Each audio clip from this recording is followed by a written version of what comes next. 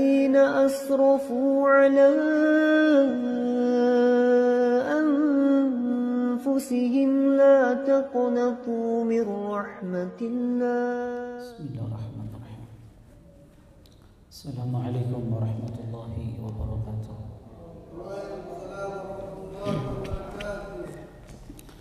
الحمد لله الكريم المنان ذي الفضل والإحسان الذي هدانا للإيمان، والصلاة والسلام على نبينا محمد النبي العدنان وعلى آله وصحبه ومن تبعهم بإحسان إلى يوم الدين.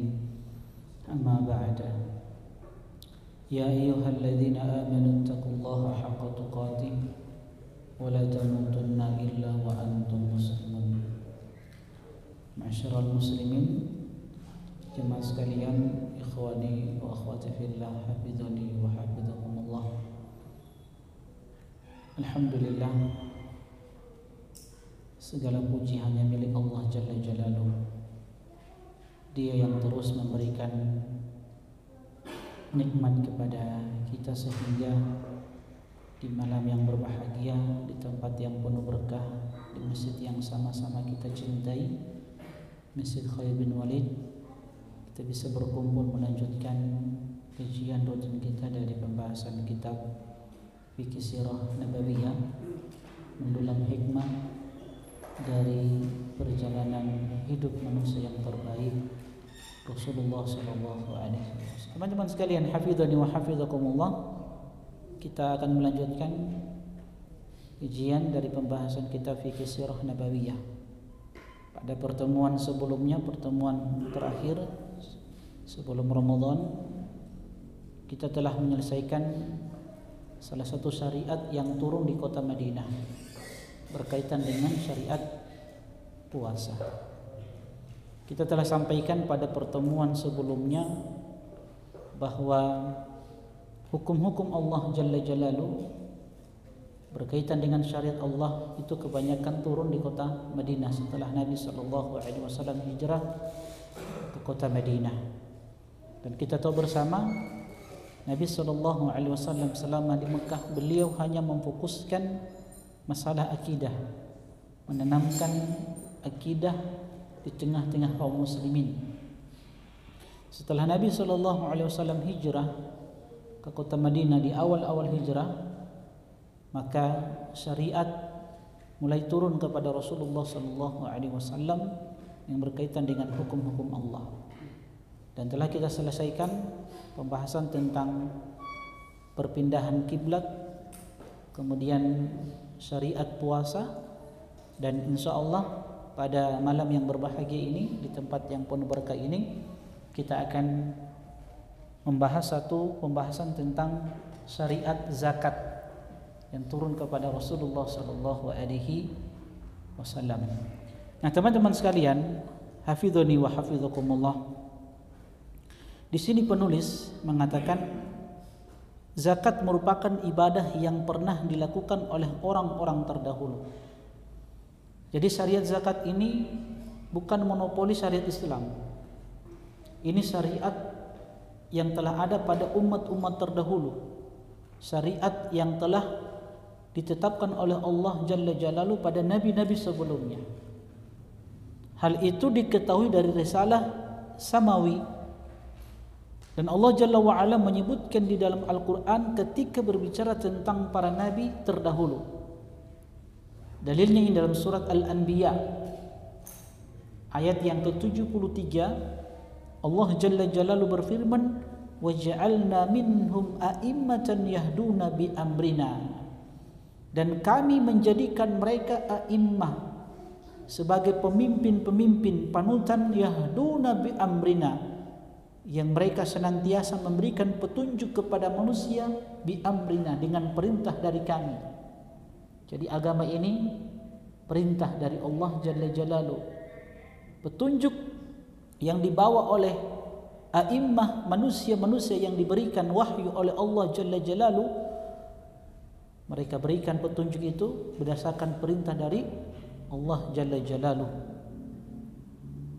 Wa auhayna ilaihim fi'lal khairat, Dan kata Allah Jalla wa'ala, kami wahyukan kepada mereka fi'lal khairat, perbuatan-perbuatan baik. Kami perintahkan kepada mereka untuk melakukan perbuatan yang baik. Seorang muslim ketika dia mendapatkan hidayah Islam, hidayah sunnah, mendapatkan manisnya keimanan, maka konsekuensi dari hidayah tersebut ada perbuatan-perbuatan. Karena Allah katakan wa auhayna ilaihim fi'lal khairat. Setelah kami memberikan hidayah kepada mereka, kami jadikan mereka sebagai panutan di dalam kehidupan ini,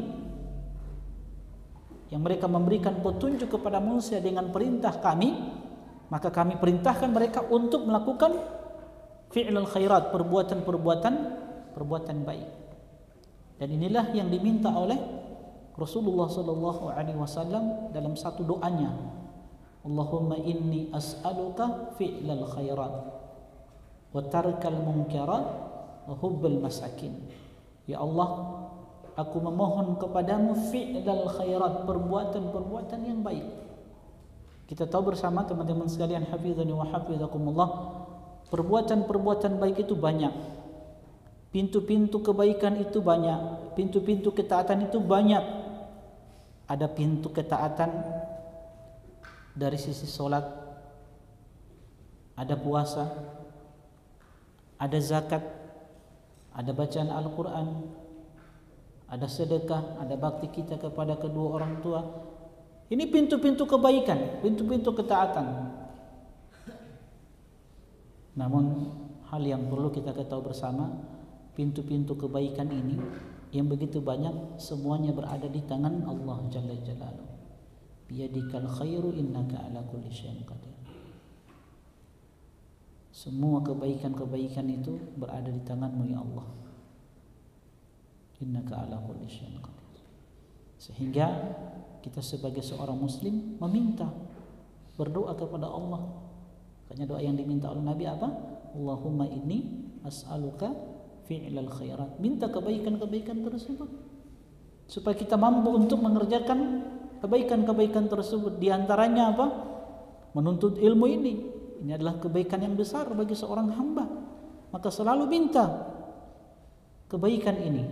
Jangan pernah merasa puas, apalagi meremehkan kebaikan-kebaikan seperti ini. Allahumma inni as'aluka fi'lal khairat wa tarkal munkarat.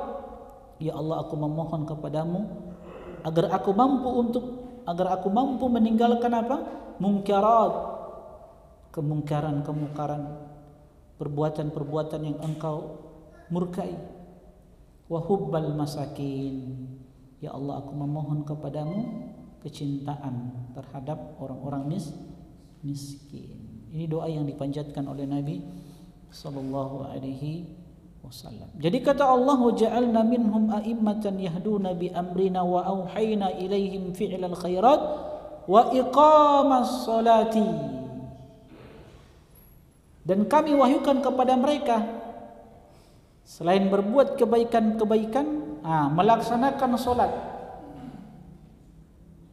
wa ita'az zakah, dan kami wahyukan kepada mereka untuk menunaikan apa? Zakat.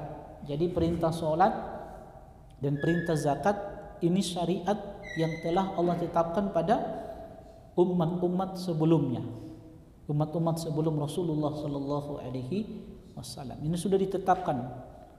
Mungkin kaifiyahnya saja yang berbeda, caranya saja yang berbeda. Tapi di umat-umat terdahulu ada yang namanya apa? Salat.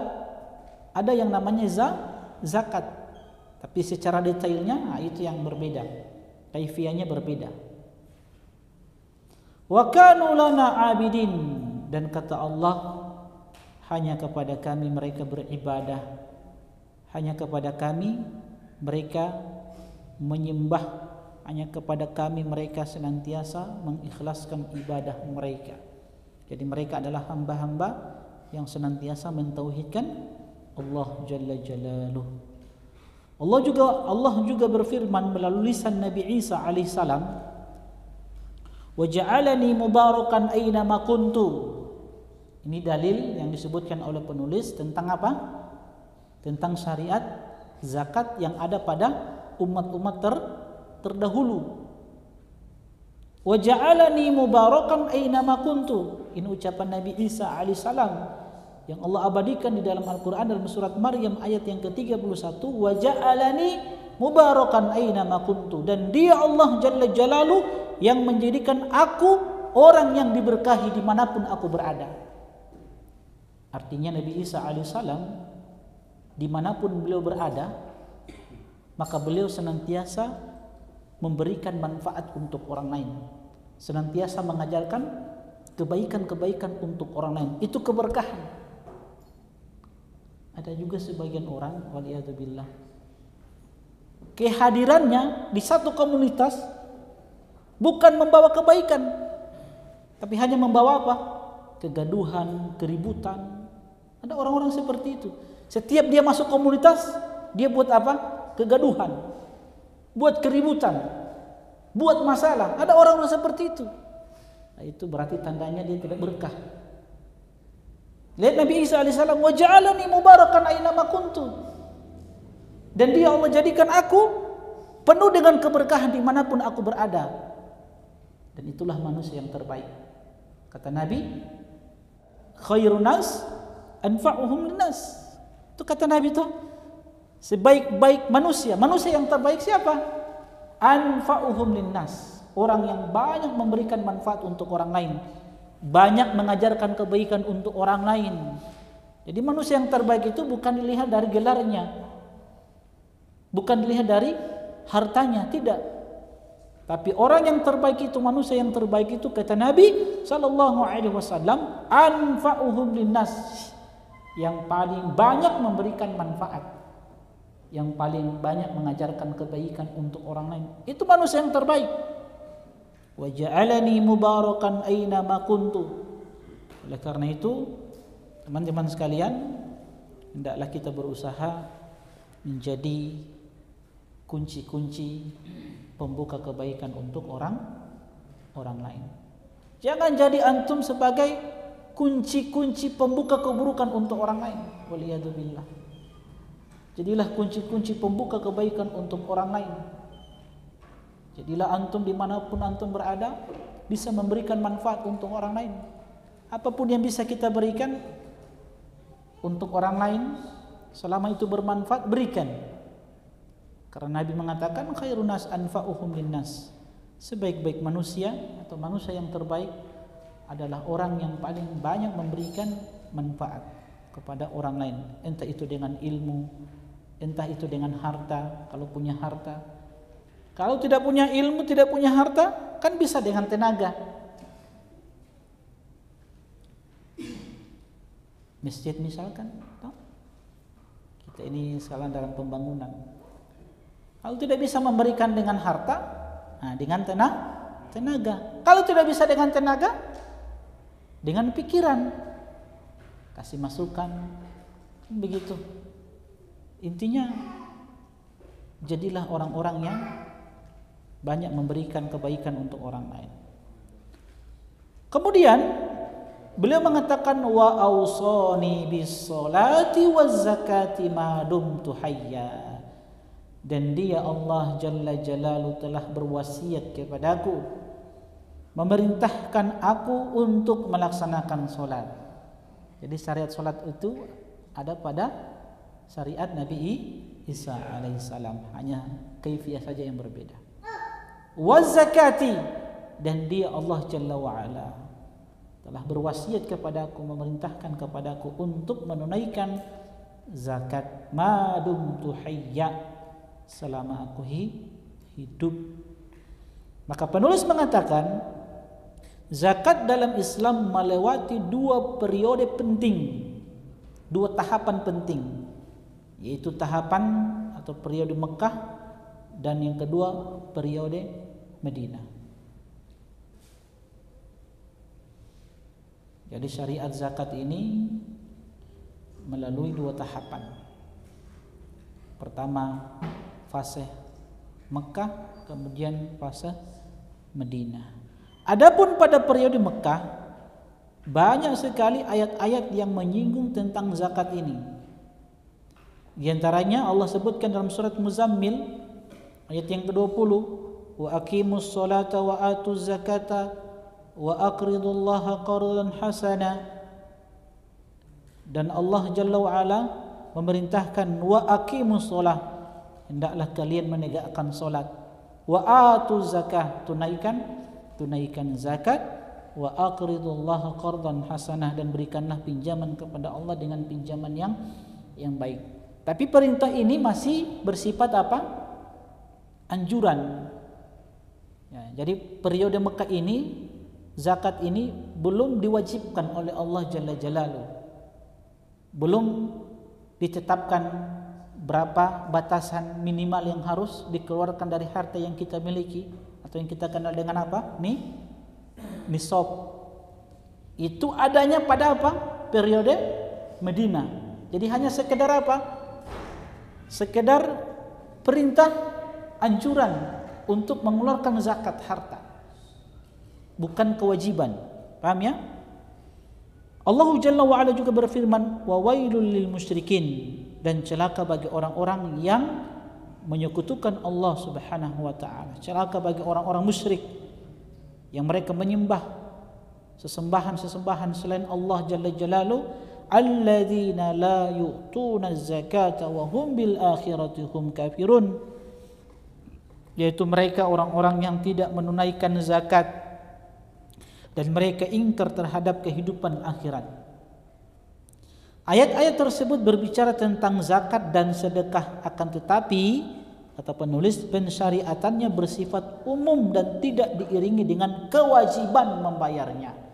Hanya sifatnya anjuran, batasan yang diwajibkan, ataupun kepada golongan-golongan mana saja zakat itu ditunaikan. Ini semua pada periode Madinah, ketika Nabi SAW berhijrah ke kota Madinah, tepatnya pada tahun kedua Hijriyah, pada bulan Syawal, maka turunlah perintah untuk mengeluarkan zakat, kewajiban zakat.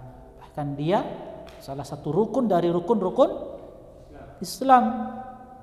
Ya, banyak ibadah-ibadah, tapi zakat ini saking pentingnya zakat itu, dia dijadikan sebagai salah satu rukun dari rukun-rukun Islam. Adapun periode Madinah pada tahun kedua Hijriah, tepatnya pada bulan Syawal, turunlah perintah untuk mengeluarkan zakat. Sedangkan berdasarkan hadis Nabi SAW, maka zakat dijadikan sebagai salah satu rukun dari rukun-rukun Islam. Allah Jalla wa Ala berfirman, dalilnya dalam surat At-Taubah ayat yang ke-11, fa in tabu wa aqamus shalah wa atawuz zakata fa ikhwanukum fiddin. Fa in tabu, dan jika mereka bertobat, orang-orang yang murtad, orang-orang yang tadinya di atas kekufuran, apabila mereka bertobat dari kekufuran mereka, wa aqamus shalah, ini konsekuensi ya dari tobat itu, dia laksanakan kebaikan-kebaikan. Kalau dia betul-betul bertobat, dia tegakkan salat 5 waktu. Wa atawuz zakah, dia tunaikan zakat. Fa ikhwanukum fiddin, maka orang-orang seperti ini yang bertobat dan dia menegakkan salat 5 waktu, dia menunaikan zakat, fa ikhwanukum fiddin, maka mereka ini adalah saudara-saudara kalian di dalam agama ini. Allah sebutkan dengan ikhwanukum fiddin, maka mereka ini adalah saudara-saudara kalian seagama. Kemudian Al-Quran juga menjelaskan tentang kepada siapa zakat itu diberikan. Ini sudah terperinci di Madinah pada tahun kedua Hijriah, tepatnya di bulan Syawal, sudah mulai terperinci. Dia sudah bagian dari rukun Islam, ya, sudah wajib. Kemudian kepada siapa zakat itu ditunaikan? Allah sebutkan dalam surat At-Taubah ayat yang ke-60, innamas shadaqatu lil fuqara'i, sesungguhnya zakat itu diberikan kepada al-fuqara, orang-orang fakir, wal masakin, orang-orang yang miskin.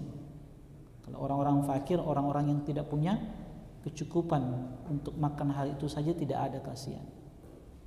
Kalau orang miskin yang punya makanan hanya pada hari itu saja. Orang-orang yang pas-pasan lah, itu orang-orang miskin. Kemudian yang ketiga, wal amilina 'alaiha.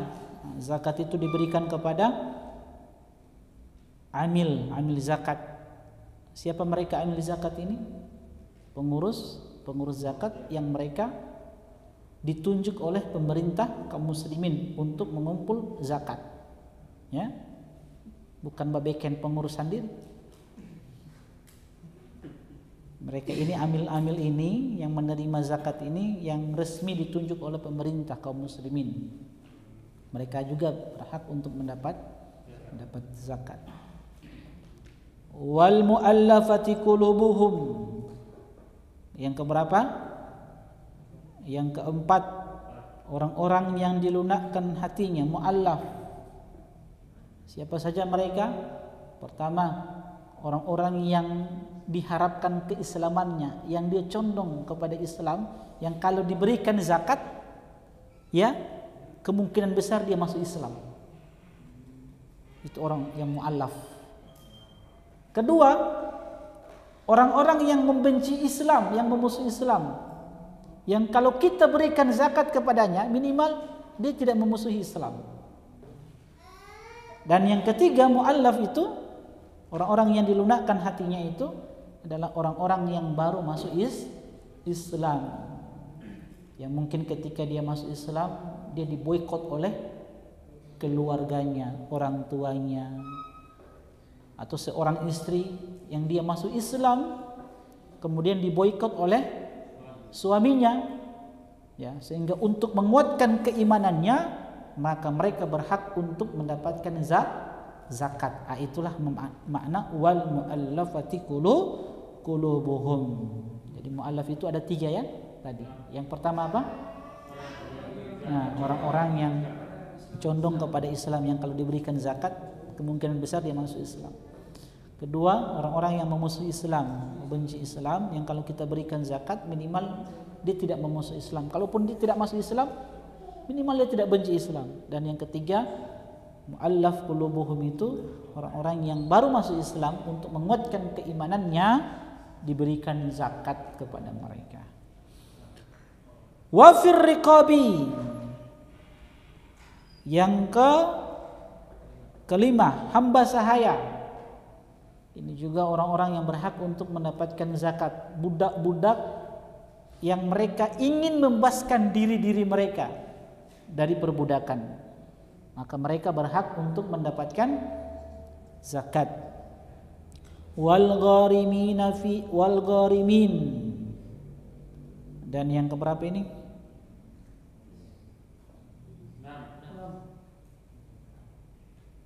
Berapa? Keenam ya, wal gharimin. Yang keenam, orang-orang yang terlilit dengan hutang.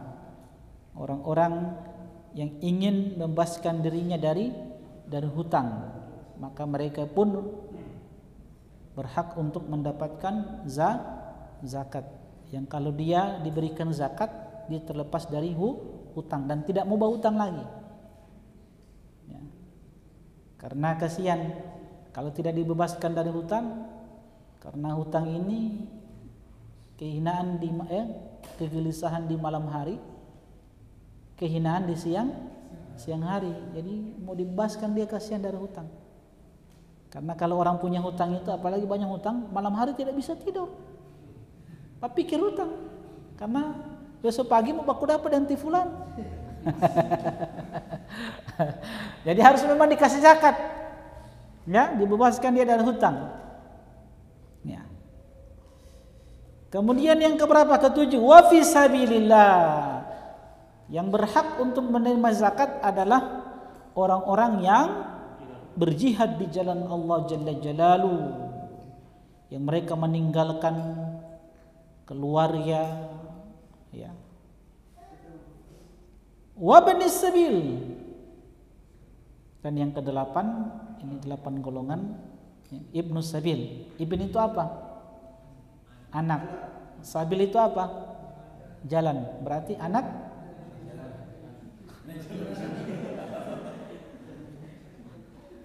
Ibnu sabil itu orang yang melakukan perjalanan safar. Paham ya? Orang yang melakukan perjalanan safar. Ini orang-orang yang berhak mendapatkan zakat. Ketika seorang musafir dia kehabisan bekal, walaupun si musafir ini orang kaya, ya, walaupun dia orang kaya, kalau dia kehabisan bekal di perjalanannya, di safarnya, mungkin di perjalanannya harta dia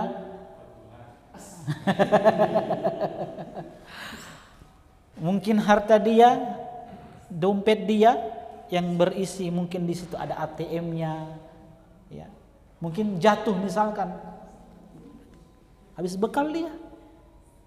Walaupun orang kaya, musafir ibnu sabil itu, walaupun dia orang kaya, tapi kalau dia kehabisan bekal, dia berhak untuk mendapatkan zakat untuk melanjutkan perjalanan dia ke tempat tujuannya. Tanya? Jadi itu orang-orang yang berhak untuk mendapatkan zakat. Ini asnaf 8 golongan. Dengan demikian, kata penulis, jadilah zakat suatu kewajiban yang harus dikeluarkan oleh si kaya kepada saudaranya yang berhak menerimanya sesuai dengan golongan-golongan yang telah dijelaskan. 8 golongan ini.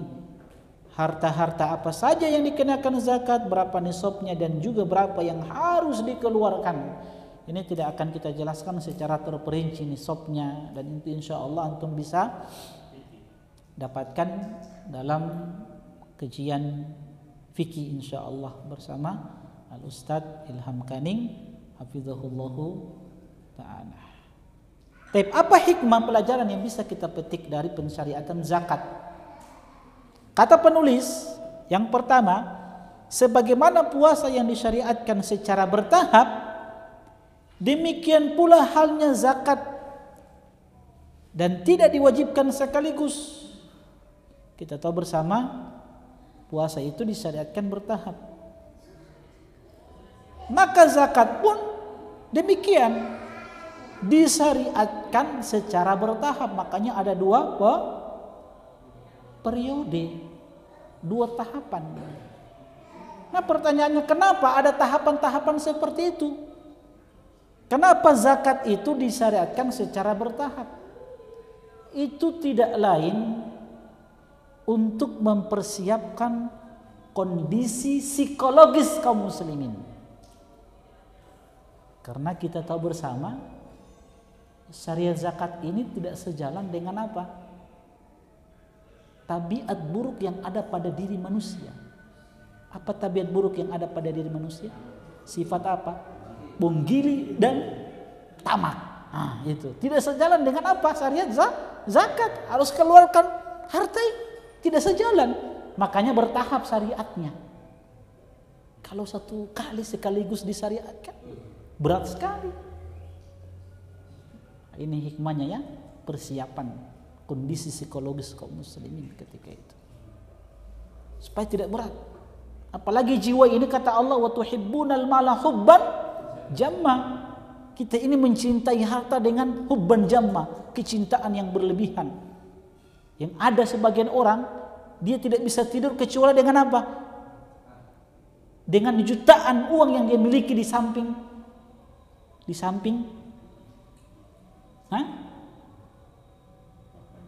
samping tempat tidurnya. Ada orang-orang yang kalau dia itu tidak bisa tidur sampai dia buka rekening dulu. Ada yang masuk, baru disanang dia hati mau tidur itu. Kan ada sebagian orang begitu, apalagi dengan sekarang ini kecanggihan untuk lihat rekening kan mudah. Sebelum tidur dia buka rekening. Setengah jam kemudian dia buka lagi di rekening, dilihat lagi. So bertambah tidak ya? Memang itu tabiat manusia itu. Iya, tabiat buruk manusia itu. Pelit. Ya. dan tamak terhadap harta. Tapi insyaallah kita lanjutkan setelah adzan dikumandangkan. Ma'asyiral muslimin jamaah sekalian, ikhwani wa akhwati fillah, hafizani wa hafizakumullah. Jadi hikmah yang pertama, bahwa syariat zakat diwajibkan secara bertahap, tidak lain untuk mempersiapkan kondisi psikologis kaum muslimin.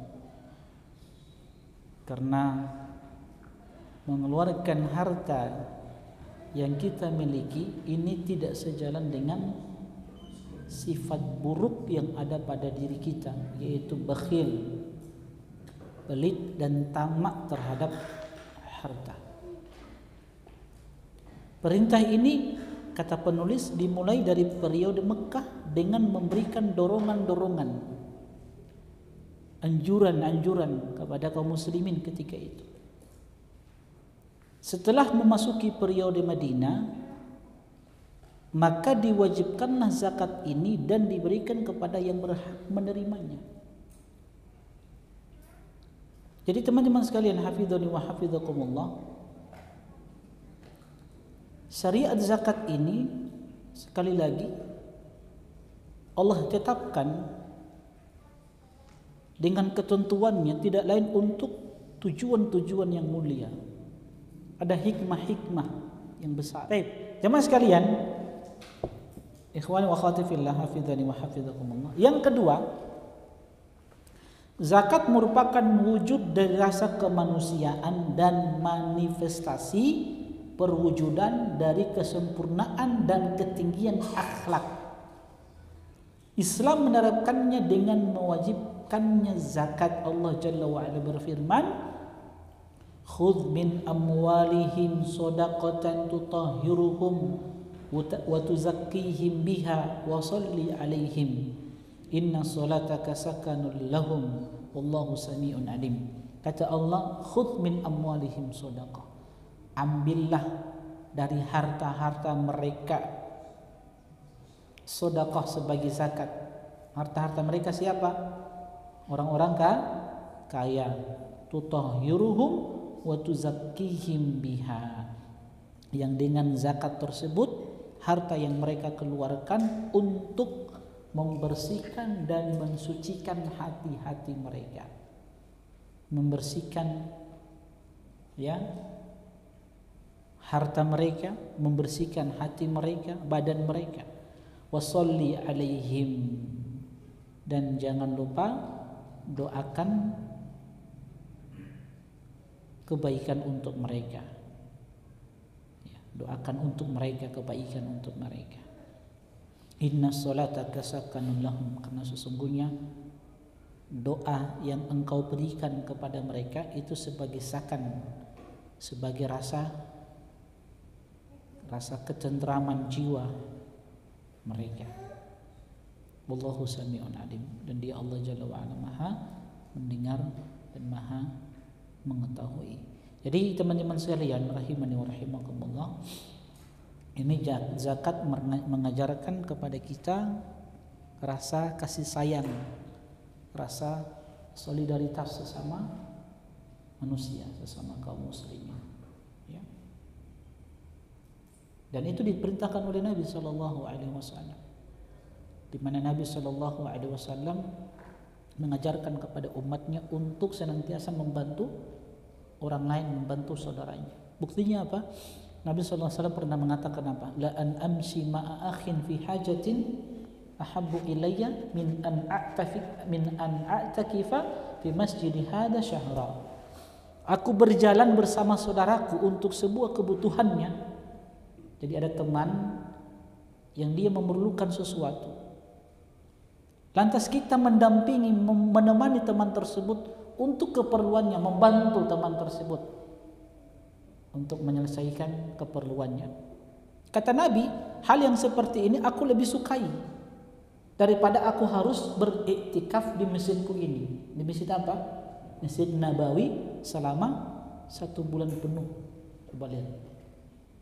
Ternyata iktikaf dengan membantu saudara untuk sebuah keperluan ini lebih dicintai oleh Allah Jalla wa'ala. Jadi kita membantu saudara untuk keperluannya itu lebih dicintai oleh Allah. Makanya Nabi katakan an amsi ma'ahin, aku berjalan bersama saudaraku untuk sebuah kebutuhan, itu lebih aku cintai, sangat dicintai oleh Nabi SAW. Dan apa yang dicintai oleh Nabi itu dicintai pula oleh Allah Subhanahu wa ta'ala, daripada harus beriktikaf selama sebulan penuh di Masjid Nabawi, bukan di Masjid Khalid bin Walid, Masjid Nabawi. Masya Allah, ini mengajarkan apa luar biasa. Islam itu agama kasih sayang, agama yang mengajarkan cinta, solidaritas, memperhatikan keadaan orang lain, kebutuhan orang lain. Masya Allah. Dan itu tidak akan kita dapatkan kecuali pada sunnah-sunnah Nabi Sallallahu Alaihi Wasallam. Maka sekali lagi, ketika kita melihat ada saudara yang membutuhkan pertolongan untuk menyelesaikan hajatnya, maka dibantu. Ada teman yang ingin menikah, dia perlu harta, mungkin ada keperluan-keperluan dia, ingin menyelesaikan hal-hal yang dibantu. Itu lebih baik daripada antum itikaf untuk menyelesaikan surat-surat cerainya misalkan di pengadilan. Iya, itu kan keperluan kebutuhan. Itu lebih Allah cintai daripada antum itikaf.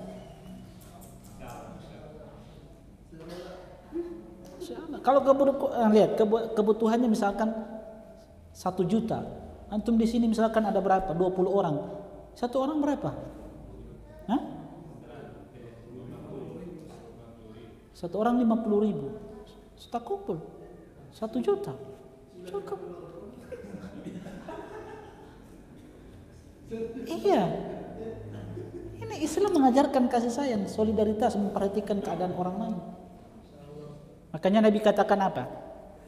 Nabi katakan, laisal mu'min alladhi yashba' wa jaruhu ja'iun ila jambihi. Bukan orang yang beriman, kata Nabi, ketika di malam hari dia tidur dalam keadaan kenyang, sedangkan tetangganya tidur dalam keadaan lapar. Lihat, Nabi katakan bukan orang beriman dia. Bukan orang beriman. Berarti Islam ini memang betul-betul memperhatikan yang namanya solidaritas ini, teman-teman sekalian. Bahkan Nabi tegaskan lagi, idza tabakhta marakan fa aktsir ma'ahu.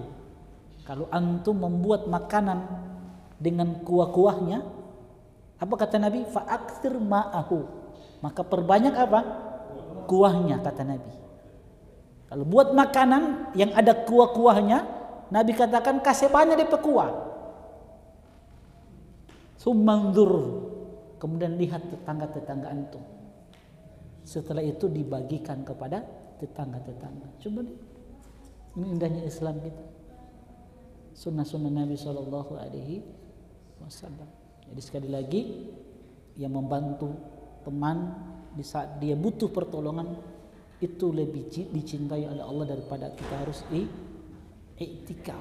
Ya, teman-teman sekalian, yang ketiga, zakat berfungsi untuk menolong orang-orang fakir dan membantu orang-orang yang membutuhkan sebagai wujud dari rasa persaudaraan, realisasi dari akhlak yang terpuji, dan untuk menghilangkan rasa dengki dan buruk sangka dari orang-orang fakir, karena dalam harta orang kaya tersebut terdapat harta orang-orang miskin.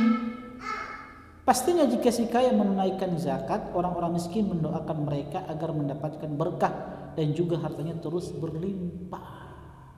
Kita tahu bersama teman-teman sekalian, Allah memberikan rezeki kepada hamba-hambanya itu berbeda-beda. Nahnu qasamna bainahum ma'isyatahum. Jadi kami yang membagi rezeki kepada mereka. Ada yang lebih, Ada yang kurang kan? Ada yang berlimpah. Jadi ada yang kaya, ada yang kekurangan. Nah, ini menimbulkan potensi apa? Rasa iri dengki. Sehingga disyariatkan zakat ini. Supaya orang-orang miskin tidak merasa iri dengki kepada si orang kaya. Kenapa? Kalau zakat ini diberikan, maka orang-orang miskin itu akan senantiasa apa? Merasa dihargai. Begitu.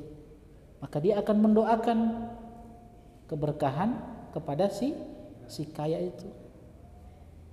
Makanya kalau satu daerah, ya, kalau di situ banyak orang-orang kaya dan mereka tidak perhatikan zakat ini, coba lihat kebanyakan yang terjadi apa? Ada perampokan, atau rumahnya di ini. Iya. Coba kalau orang-orang miskin yang hidup di sekitar mereka itu diperhatikan, diberikan zakatnya, dikeluarkan zakatnya, maka insya Allah tidak akan terjadi hal-hal yang kita tidak inginkan. Jadi diperhatikan itu, masya Allah. Jadi Islam ini agama luar biasa. Yang keempat, kita percepat ya. Zakat juga berfungsi menghapus dosa-dosa dan menghindarkan dari bala. Firman Allah Jalla wa Ala, wa rahmati wasi'at kulla syai', dan rahmatku meliputi segala sesuatu. Fasa'aktubuha lilladzina yattaquna wa yu'tuna zakat, dan aku tetapkan rahmatku itu bagi orang-orang yang bertakwa dan orang yang menunaikan zakat. Ternyata zakat yang kita keluarkan itu bisa mendatangkan rahmat Allah Jalla Jalaluh. Dan kalau Allah sudah berikan rahmat, berarti mudah bagi kita untuk masuk surga Allah Subhanahu wa ta'ala. Menunaikan zakat merupakan wujud dari syukur kita kepada Allah yang telah memberikan nikmat zahir maupun batin, dan inilah yang membedakan kita dengan orang-orang kafir. Apa yang kita berikan, kita keluarkan dari harta, itu sebagai bentuk rasa syukur kita kepada Allah Jalla Jalaluh. Kenapa? Karena harta itu nikmat, dan nikmat itu akan dimintakan pertanggungjawaban oleh Allah. Tsumma latus'alunna yauma idzin anin na'im. Sungguh kalian akan ditanyakan tentang nikmat-nikmat yang kalian dapatkan. Baik itu nikmat harta, nikmat kesehatan, nikmat rasa aman, dimudahkan kita untuk menuntut ilmu, dimudahkan bagi kita untuk beribadah, dimudahkan segala urusan-urusan kita. Semua nikmat ini akan dimintakan pertanggungjawaban oleh Allah Subhanahu wa ta'ala. Yang harta yang kita dapatkan, semuanya itu akan dimintakan pertanggungjawaban. Makanya sahabat-sahabat dulu kalau dapat harta yang banyak, mereka menangis, sedih mereka. Kenapa? Karena harta itu akan dimintakan pertanggungjawaban. Makanya mereka mudah, mereka berikan harta itu di jalan Allah, mereka berikan kepada Rasulullah Sallallahu Alaihi Wasallam. Karena semua itu akan dimintakan pertanggungjawaban oleh Allah Jalla Jalaluh. Kita tidak. Justru kita ini kalau dapat harta yang banyak, bersyukur. Bersyukur. Dapat pekerjaan baru, kadang pekerjaan ini melalaikan kita. So tidak datang lagi di majelis ilmu dengan alasan so capek. Hati-hati. Harusnya nikmat itu antum jadikan dia sebagai sarana untuk beribadah kepada Allah, bersyukur atas nikmat itu. Jadi hati-hati, jangan sampai itu adalah ujian untuk antum. Jadi sesibuk apapun, jangan pernah tinggalkan majelis ilmu. Jangan alasan capek. Ingat, majelis ilmu banyak sekali keutamaannya. Jangan pernah tinggalkan majelis ilmu. Nikmat yang kita dapatkan, apalagi di masjid ini semua akan dimintakan pertanggungjawaban oleh Allah Subhanahu wa ta'ala. Kalau nikmat itu sudah dicabut, baru kita akan rasakan betapa mahalnya nikmat itu. Kenapa dulu kita tidak menjaga nikmat tersebut? Ya penuh. Karena kita saat ini masih dalam keadaan di atas nikmat. Makanya syukuri nikmat tersebut. Allah Jalla wa Ala berfirman, la in syakartum la azidannakum. Kalau kalian betul-betul bersyukur, niscaya aku akan tambahkan nikmat tersebut. Artinya nikmat-nikmat yang ada saat ini kalau kita syukuri, insya Allah nikmat ini akan terjaga. Bahkan mungkin nikmat ini bertambah. Dari yang tadinya masjid seperti ini, kita syukuri nikmat ini, kita jaga majelis ilmu. Mudah-mudahan ke depan nanti kita akan ada lembaga pendidikan dari SD-nya, SMP-nya, SMA-nya, bahkan mungkin perguruan tinggi. Kalau kita syukuri nikmat ini, nikmat yang ada yang kita rasakan saat ini, kajian-kajian yang ada di masjid ini. Ya kalau kita ingkari, hanya sebatas kenangan dahulu. Ya, itu yang kita jaga, jangan sampai nikmat ini dicabut.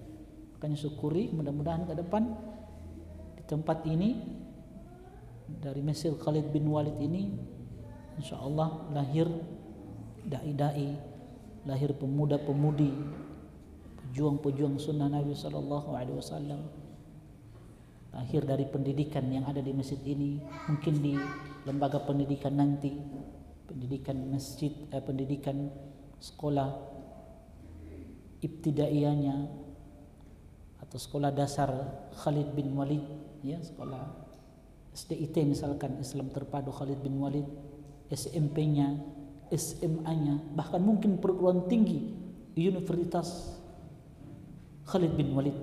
Insya Allah. Kita akan berharap seperti itu. Yang penting syukuri nikmat yang ada saat ini. Paham ya? Yang kelima, yang terakhir, zakat juga berfungsi sebagai sarana untuk berdakwah.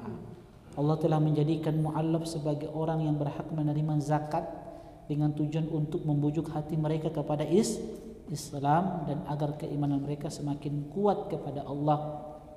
Syekh Sa'di rahimahullah ta'ala berkata, golongan keempat yakni mu'allaf, ia adalah tokoh atau petinggi dari suatu kaum dan diberikan zakat kepadanya dengan harapan ia masuk Islam atau terhindar dari kejahatannya atau menambah keimanannya bagi yang sudah Islam. Yang tiga tadi kita sebutkan, yang diharapkan keislamannya, kalau diberikan zakat dia masuk Islam.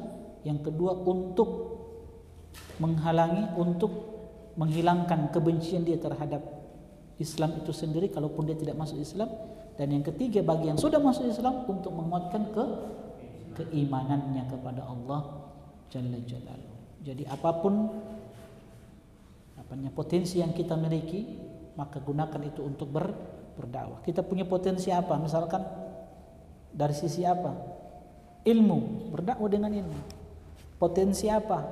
Harta yang antum miliki, gunakan harta itu untuk berdakwah. Tenaga yang antum miliki, berikan tenaga itu. Pikiran, berikan pikiran. Jadi semua untuk dakwah, mengajak manusia kepada kebaikan. Wallahu taala alam. Ini saja yang dapat kita sampaikan. Insyaallah pada pertemuan selanjutnya kita masuk syariat setelahnya, yaitu syariat jihad. Mudah-mudahan bermanfaat. Subhanakallahumma bihamdik, asyhadu an la ilaha illa anta, astaghfiruka wa atubu ilaik. Assalamualaikum warahmatullahi wabarakatuh. قل يا عبادي الذين أسرفوا على أنفسهم لا تقنطوا من رحمة الله